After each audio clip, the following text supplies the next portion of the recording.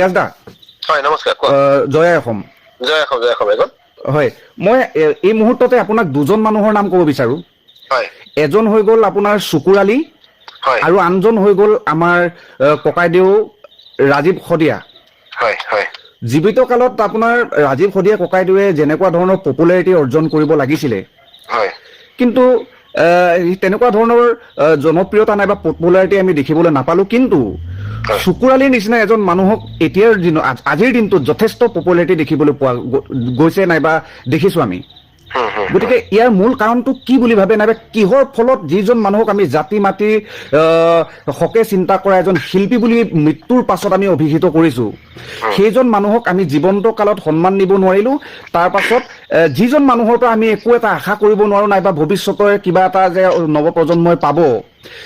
তেনেকুৱা এজন মানুহক আমি পপুলাৰ কৰিলোঁ তাৰ পাছত যাক পপুলাৰ কৰিব লাগিছিল তাক পপুলাৰ নকৰিলোঁ তাৰ মূল কাৰণটো নাইবা দুৰ্বলতাটো ক'ত বুলি আপুনি ভাবে পোনপ্ৰথমতে আমি এই পাহতে গণশিল্পী ৰাজীৱ শদিয়া ডাঙৰীয়াক আমি এটা কাৰণে ধন্য মানিব লাগিব যে তেখেতে কেতিয়া কোনো কাৰণত কোনো মূল্য বিনিময়ত তেখেতে এই গীতৰ ত্যাগ কৰা নাছিলে জাতি মাতি ভেটিৰ কাৰণে অসম আৰু অসমীয়াৰ কাৰণে যিখিনি কৰি থৈ গ'ল তাক কেতিয়া কোনো কাৰণে আপুনি কোনো টকা পইচাৰ মূল্য আপুনি জুখিব নোৱাৰে দ্বিতীয়তে আহি গ'ল তেখেত প্ৰচাৰমুখী নাছিলে আৰু তেখেতৰ কিন্তু এটা গান মই অলপ সময় আগত মই অনুভৱ কৰিছো কোনোবাই ক'ব পাৰে মই 25,000 গান গাইছো কোনোবাই ক'ব পাৰে মই 1 লাখ গান গাইছো কিন্তু ৰাজীৱ শদিয়া এটা গান কিছু কিছু ব্যক্তি কিন্তু 1000 গানৰ সমষ্টিও হ'ব পাৰে নিশ্চয়কৈ তেখেতে গৈ এটা গানৰ প্ৰত্যেকটো শব্দ প্ৰত্যেকটো গাঁথনি তাৰ লিৰিক্স হওক বা তাৰ অৰ্থ হওক তাৰ প্ৰত্যেক আৱেগ অনুভূতি জড়িত হৈ থকা অসম আৰু অসমীয়াৰ মাটি গোন্ধৰ লগত জড়িত থকা বিষয়বিলাক হওক কোনোবাই লিখা কিন্তু 1000 গানৰ সমষ্টি হ'ব পাৰে গতিকে ৰাজীৱ শদিয়া ডাঙৰীয়া কোন আছিলে তাৰ প্ৰকৃত পৰিচয় আপুনি তেখেতক যেতিয়া নশ্বৰ দেহটো শ্মশানলৈ লৈ গৈছে তেতিয়া তেওঁলোকৰ যোৱা 20,000 25,000 মানুহৰ যিটো এটা হুট পৰিছে সেই হুটেই প্ৰমাণ কৰে শ্মশানত উপস্থিত থকা ব্যক্তিৰ যোগেদি প্ৰমাণ কৰে যে তেখেত কিমান জাতীয় জীৱনৰ কাৰণে গুৰুত্ব থকা এটা সম্পদ আছিলে দ্বিতীয়তে আহি গ'ল কি চুকুৰ আলী বিষয়টোক আপুনি মই কেতিয়া চিনি পাওঁ চুকুৰ আলীক আমি তেতিয়া চিনি পাওঁ যেতিয়া বিধানসভা নিৰ্বাচনৰ কথা আহি পৰিছিলে চুকুৰ আলীক এটা ট্ৰাম্প কাৰ্ড হিচাপে ব্যৱহাৰ কৰিলে মানুহৰ মাইণ্ডটো ডাইভাৰ্চন কৰিবৰ কাৰণে যেনেকে বদৰুদ্দিন আজমলক জিকি থাকোতে আপোনাৰ ৰজা ঘড়ীয়ে ব্যৱহাৰ কৰিলে যে আহি থকা দিনত বদৰুদ্দিন আজমল অসমৰ মুখ্যমন্ত্ৰী হ'ব গতিকে সেইটো ট্ৰাম্প কাৰ্ড এটা খেলি দিলে যে হিন্দু মুছলমানৰ এটা ৰাজনীতিত খেলি দিলে এইবাৰ ভগৱানে কিমান আপুনি অন্যায় কৰিব এইবাৰ কি কয় বদৰুদ্দিন আজমল হাৰি গুচি গ'ল গতিকে হিন্দু মুছলমানৰ ট্ৰাম্প কাৰ্ডটো খেলিব নোৱাৰা হৈ থাকিলে এতিয়া চুকুৰ আলী যদি ইমান যদি জনপ্ৰিয় যদি ব্যক্তিয়ে হ'লহেঁতেন ইমান যদি জনাজাত ব্যক্তি হ'ব পাৰে তেখেত কিন্তু জনপ্ৰিয় নহয় বা লোকপ্ৰিয় নহয় জনাজাত হ'ব পাৰে অসমীয়া জানিব পাৰে নহ'লেতো তেখেতে যদি জনপ্ৰিয় হতেন তেখেত যদি আজি লোকপ্ৰিয় হ'লহেঁতেন তেখেতে আজি এইটো অৱস্থাত থাকিবই নালাগে তেখেতে নিৰ্বাচনত জিকি পেলাই তেখেতে আপোনাৰ কি কয় সাংসদীয় ৰাজনীতি থাকিলেহেঁতেন বিধানসভাৰ ৰাজনীতি থাকিলেহেঁতেন অসম চৰকাৰৰ ৰাজনীতি থাকিলেহেঁতেন গতিকে তেখেতে এতিয়া যিমানে যি নহ'লেও তেখেতৰ কৰ্মক মই কেতিয়া কোনো কাৰণত বিমুখ কৰা নাই বা নিন্দা কৰা নাই তেখেতে এতিয়া কি কয় উপায়হীন হৈ পেলাই এখন চাহৰ দোকান খুলি থাকিবলগীয়া হৈছে গতিকে এতিয়া চাওক জুবিন গাৰ্গ ডাঙৰীয়াক যিমান অসমৰ মানুহে চিনি পায় সিমানখিনি মানুহে চিনি নাপালেও কিন্তু চুকুৰ আলী ডাঙৰীয়াক জুবিন গাৰ্গ যিমানে চিনি পায় তাৰ আধা মানুহে হ'লেও চুকুৰ আলীক চিনি পায় কিন্তু চুকুৰ আলী বা কেতিয়া কোনো কাৰণত আমি এইটো বিচৰা নাই যে সমবেদনা জ্ঞাপন কৰিব লাগিছিলে ৰাজীৱ শদিয়া ডাঙৰীয়ালে চুকুৰ আলীয়ে কিয় ৰাজীৱ শদিয়া ডাঙৰীয়াক চিনি নাপায় বুলি তেনেকে কোৱা নাই আমি কৈছো এটা কথাই যে ৰাজীৱ শদিয়া ডাঙৰীয়া 2014 চনৰ 4 ডিচেম্বৰত এটা এলবাম প্ৰকাশ পাইছিলে জীয়া নৈ বুলি তাতে তেওঁ নিজে লিখিছিলে যে আনাদাৰ বিহু এলবাম বুলি তেওঁ পোষ্ট কৰিছিলে জুবিন গাৰ্গ ডাঙৰীয়াই নিজে আৰু 2015 চনত তেখেতে আকৌ এটা এলবামত কাম কৰিছে যাৰ পৰিচালনা কৰিছিলে আপোনাৰ হেৰিয়ে কি কয় ৰাজীৱ শদিয়া ডাঙৰীয়াই তাত আপোনাৰ আছিলে কি কয় বিপিন চাওডাং ডাঙৰীয়া আছিলে আমাৰ বন্যা ৰাণীহঁতো আছিলে আমাৰ তেনেকে কথাটো ক'বলৈ গ'লে এনেকুৱা ধৰণৰ কথা যেতিয়া এজন শিল্পী ঢুকাই যোৱা 2.5 দিনৰ পিছত তেখেতে লিখিছে যে rest in peace brother right তাৰ পাছত তেখেতক যেতিয়া সুধিলে যে আপুনি ৰাজীৱ শদিয়া ডাঙৰীয়াৰ কথা তেখেতে সেইটো সময়ত মোৰ যদি ভুল হয় তেখেতে চাগে সম্ভৱ মদ্যপ্ৰাণ কৰি আছিলে যিটো সময়ত তেওঁৰ চেন্সটো আমি বা তেওঁৰ যিটো ফুটেজ আমি বাহিৰত দেখিবলৈ পাইছো তেখেতে মদ খাই থকা যেন লাগিছিলে আৰু সেইটো সময়ত তেখেতে যদি নিজৰ নিয়ন্ত্ৰণ হেৰুৱাইছিলে তেখেতে নো কমেণ্টছ বুলি কৈ পেলাই তেখেতে চুপচাপ থাকিলে ঠিক আছিলে কথাই ক'ব নালাগিছিলে আৰু ৰাজীৱ শদিয়া ডাঙৰীয়াক তেওঁ চিনি নাপাওঁ বুলি কোৱাৰ কাৰণে তেখেতে গম পাব লাগিছিলে যে এই কথাটোত যে জুবিন গাৰ্গৰ অনুৰাগী হিচাপে মই নিজে তেখেতৰ এজন অনুৰাগী হয় কিন্তু মই অন্ধ অনুৰাগী নহয় মই কিন্তু সচেতন এজন অনুৰাগী জুবিন গাৰ্গ ডাঙৰীয়া ভুল কৰিলে মই ভুল বুলি ক'ম শুদ্ধ কৈছে মই শুদ্ধ বুলি ক'ম মইতো তেখেতে বগলী বগাটোত কোলা কলাটো মই মানি নল'ম সূৰ্য পূবত ওলাই বুলি কয় বিষয়টো যদি পশ্চিমত ওলাই বুলি কয়তো মই মানি নল'ম কথাটো এনেকুৱা নহয় গতিকে মোৰতো মানে কনচেন্স এটা আছে মোৰ এটা চেন্স আছে মই ভাল বেয়া শুদ্ধ অশুদ্ধ মই চিনি পাওঁ গতিকে সংগীতৰ জগতৰ পৰা জুবিন গাৰ্গ ডাঙৰীয়া গায়কসকলৰ কাৰণে সংগীত জগতৰ লগত জড়িত থকা সাংস্কৃতিকবান ব্যক্তিসকলৰ কাৰণে ভগৱান স্বৰূপ আমাৰ কাৰণেও তেখেতে ভগৱান স্বৰূপ বিল মাৰি লৈছো যুৱ প্ৰজন্মৰ কাৰণে কিন্তু ভগৱানে অসুৰৰ নিচিনা যদি হেৰি কয় কি মন্তব্য আগবঢ়ায় তেতিয়াহ'লে আমি তাত মাতিব লাগিব ন যে আপোনাৰতো ভুল হৈছে বুলি আৰু মোৰ এটা কথা কবলৈ আছে চাব দেই এতিয়া হ'ল তেখেতৰ হুঁৱে বা যিখিনি ব্যক্তি ঘূৰি থাকে সেইখিনি ব্যক্তিয়ে জুবিন গাৰ্গ ডাঙৰীয়াক ভাল কৰি ৰাখিবৰ কাৰণে কিয় পদক্ষেপ লোৱা নাই জুবিন গাৰ্গ ডাঙৰীয়া আজি কেৱল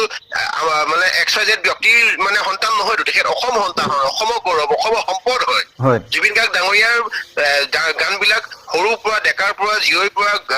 বুঢ়াৰ পৰা বুঢ়ীলৈকে প্ৰত্যেকটো আৱেগৰ লগত জড়িত থকা তেখেতে গান গাইছে তেখেতৰ ত্যাগ আছে তেখেতৰ হৰিনামৰ পৰা আৰম্ভ কৰি মানে তেখেতৰ দিহানামৰ পৰা আৰম্ভ কৰি তেখেতৰ আধুনিক গীত তেওঁ নাই কি মানে সৃষ্টিত কিন্তু সেই বুলি এইটো কথা কলে নহব না মই 25,000 30,000 গান গাইছো কিন্তু মই ৰাজীৱ ভটিয়াক চিনি নাপাওঁ তেওঁৰ অহংকাৰত মতামত হৈ পেলাই তেখেত থাকিলে নহব নহয় এটা কথা মই কিন্তু ৰিচেণ্টলি শিকিছো যিজন ব্যক্তিয়ে নিজৰ যশস্যা আৰু গ্লানিক হজম কৰিব নোৱাৰে সেইজন ব্যক্তিয়ে গম নোপোৱাকৈ তেখেতৰ তেজে তেজে এটা মানে ভাৱনা সৃষ্টি হয় তাকে অহংকাৰ বুলি কয় জুবিন গাৰ্গ ডাঙৰীয়া যে অহংকাৰ সেই কথাটো মই মুকলি মনে কলো জুবিন গাৰ্গ ডাঙৰীয়াৰ কথা মই গোটেইখিনি কথা স্পষ্টকে কৈ দিয়াৰ পাছত এতিয়া গোটেই অসমখনে মই কোৱা কথাত মানে মোৰ সুৰত সুৰ মিলাই কথা কবলৈ আগবাঢ়িছে কাৰণ মানুহখিনি সাহস কৰা নাছিলে কিজানি জুবিন গাৰ্গ ডাঙৰীয়াৰ ক্ষেত্ৰত এনেকে কৰিলে কিবা এটা হব নেকি আৰে জন্ম মৃত্যু বিবাহ পৃথিৱী কোন মানুহে জানে ভগৱন্তে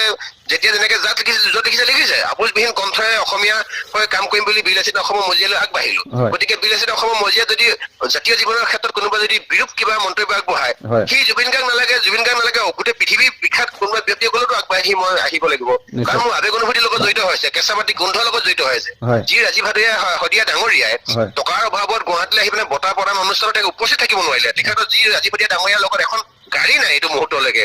সেই ৰাজীৱ শদিয়া ডাঙৰীয়া যদি কোনোবাই বেয়াকে কয় সেইটোতো আমাৰ নিজৰ ককাই ভাই কোৱা নিচিনা লাগিলে চাওক আৰু এটা কথা আপোনাক মই কম হা জুবিন গাৰ্গ ডাঙৰীয়া মোৰ কাৰণে প্ৰত্যেকটো গানৰ মোৰ কাৰণে ভগৱান স্বৰূপ কিন্তু তাতোতকে মোৰ 1000 গুণ বেছি কিন্তু গুৰুত্ব মোৰ আছে উঠি অহা নৱপ্ৰজন্মৰ ক্ষেত্ৰত গতিকে জুবিন গাৰ্গ ডাঙৰীয়াই কেতিয়াবা অনুষ্ঠানত মাতাল হৈ কোৱা কিছুমান ভাষ্যৰ মানে পৰিপ্ৰেক্ষিতত কি হয় আমি মন কৰিছো যে আমাৰ যুৱচামে তেওঁক মানে অনুকৰণ কৰি ধৰিছে এজন তেনেকুৱা চেলিব্ৰিটি মানুহে এতিয়া বগা বুলি ক'লে কোলা বুলি ক'লে মানি লোৱা এচাম আপোনাৰ ইউথ আছে আমি বিচাৰিছো জুবিন গাৰ্গ ডাঙৰীয়াই তেখেতে সেইখন মঞ্চ পাই কওক যে ময়ো মদ নাই খোৱা আৰু মদ খাবলৈ আহিলো তোমালোকে মদ খাবলৈ আহা অসমখন গোটেই 100% চেঞ্জ নহয় এটলিষ্ট 5% চেঞ্জ হ'ব জুবিন গাৰ্গ ডাঙৰীয়া নতুন প্ৰজন্মক সলনি কৰাৰ ক্ষেত্ৰত কি অৱদান এনেকুৱা আছে কওকচোন বাৰু 30,000 গান বাদ দিয়ক 30 লাখ গানো মানুহে গাই দিব কিন্তু মই বিচাৰিছো 30 লাখ গান গালে নহব নহয় আমি কাৰোবাৰ ইমোচনছ আমাৰ অনুভূতিৰ লগত জড়িত থকা গানখিনি আমি শুনিছো কিন্তু আমি অসমখনক সলনি কৰিবৰ কাৰণে আজি গোটেই অসমখনক ধ্বংস কৰি দিয়া মূলতে হ'ল মদৰ এগেইনষ্টত আজিলৈকে জুবিন গাৰ্গ ডাঙৰীয়া কিবা এটা কেম্পেইনিং কৰি পাইছেনে গতিকে মোৰতো অনুৰোধ থাকিব তেখেতক মই ভাল পাইছিলো এতিয়া ভাল পাওঁ আহি থকা দিনতো মই ভাল পাই থাকিম জুবিন গাৰ্গ ডাঙৰীয়াৰ লগত মোক কেতিয়া কোনো কাৰণত মোৰ কোনো মানে মতানৈক্য নাই কিন্তু চিধা এটাই কথা যে তেখেতে ৰাজীৱ ভটিয়া ডাঙৰীয়াক চিনি নাপাওঁ বুলি কোৱাৰ কাৰণে আমি তাত দুখ প্ৰকাশ কৰিছো দ্বিতীয়তে এটা কথা হ'ল তেখেতে অহংকাৰী মানে অহংকাৰৰ পৰা আৰু বেছি তেখেতে আৰু যেতিয়া হেমা চেৰাই তেখেতৰ অহংকাৰ লৈ যেতিয়া ৰাইজৰ মাজত নাথাকে কাৰণ তেখেতক ভাল পোৱা বহু ব্যক্তিয়ে এই মুহূৰ্তত মানে কষ্ট পাইছে এতিয়া আপোনাৰ পৰা আৰু এটা কথা জানিব বিচাৰিম সংবাদ মাধ্যমত জুবিন গাৰ্গৰ যিবিলাক আচৰণক লৈ পেলাই অসমৰ বহুতো লোকে জুবিন গাৰ্গক এজন শিল্পীৰ দৰ্জা দিব বিচৰা নাই এজন গায়কৰ দৰ্জা দিব বিচাৰে আপোনাৰ মতে শিল্পী নে গায়ক শিল্পী জুবিন গাৰ্গ কেতিয়াও এতিয়া ষ্টিল এইটো মুহূৰ্তলৈকে গায়ক কাৰণ এজন শিল্পীয়ে কেতিয়াও খুটা বগাই আপোনাৰ ওপৰত নুঠে এজন শিল্পীয়ে কেতিয়াও কোনো কাৰণত বেলেগ চেণ্ডেল বেলেগ জোতা মানে তেনেকৈ পিন্ধি পিনে এই কিবা সাংঘাতিক কিবা এটা কৰি নাহে এজন শিল্পী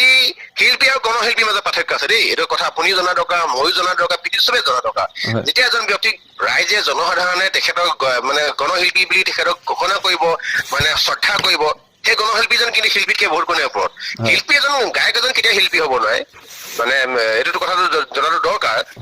গান এটা গানে গুণালে আপোনাৰ তেখেতে ধৰিছো আপোনাৰ শিল্পী হ'ব না শিল্পী হ'বলৈ হ'লে বহুখিনি গুণ গৰিমা থাকিব লাগিব আপুনি যদি জুবিন গাৰ্গ ডাঙৰীয়াক যদি আমি তেতিয়াহ'লে যদি আপুনি শিল্পী বুলি কয় তেতিয়াহ'লে বাকী যিসকল ব্যক্তিৰ কথা আজি আহে শিল্পী দিৱসত এতিয়া ৰূপজ্যোতি প্ৰসাদ আগৰৱালাৰ কথাই কওক বা বাকী যিখিনি কওক আপুনি আপোনাৰ মনলৈ আহে শিল্পী বুলি ক'লে ভূপেন হাজৰিকা যাৰ নাম মনলৈ আহে তেওঁলোকক আমি অপমান কৰা নিচিনা হ'ব শিল্পী হাৰি কৰিবলৈ হ'লে ন' ডাউট জুবিন গাৰ্গ ডাঙৰীয়া শিল্পী হাৰিয়ে এজন ব্যক্তি হয় কিন্তু তথাপিতো তেখেতে আত্মসংশোধন কৰাৰ দৰকাৰ আছে বা প্ৰয়োজন আছে হয় আৰু এতিয়া প্ৰায় শুনিবলৈ পাইছো আপোনাৰ অসমৰ বিশেষ কেইটামান জেগাত জুবিন গাৰ্গক সাংস্কৃতিক অনুষ্ঠানৰ পৰা বয়কট কৰিছে বুলি গতিকে আপুনি ভাবে নে জুবিন গাৰ্গক এনেকুৱা এখন নাইবা দুখন সাংস্কৃতিক অনুষ্ঠানৰ পৰা বয়কট কৰিলে জুবিন গাৰ্গৰ